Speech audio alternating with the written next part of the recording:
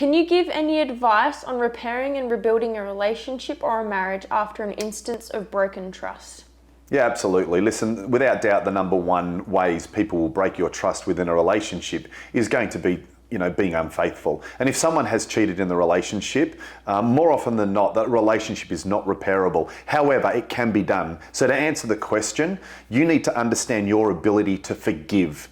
Can you categorically 100% forgive and let go? Not forget, but to forgive and let go. If you believe that you can, and you may need to take work to do that, then this is the starting point. The second is the other person taking 100% responsibility for their action and then doing everything that is required to reverse this and rebuild the trust, right? And C, can you give them the time to do it?